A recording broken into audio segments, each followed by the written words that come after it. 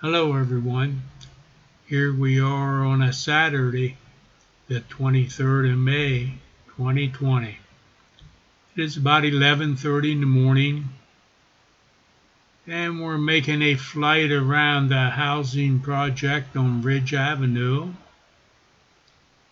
The weather is a little on the warm side, about 70 couple degrees.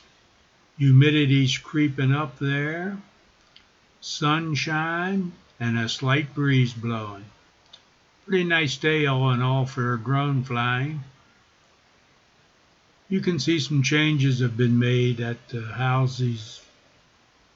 The road looks like they got the outside road up the whole way around. And some more buildings are going up.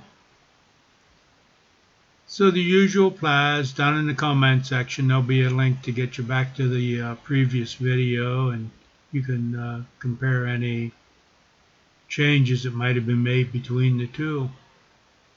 So have a good day everyone. We'll catch you later. Goodbye.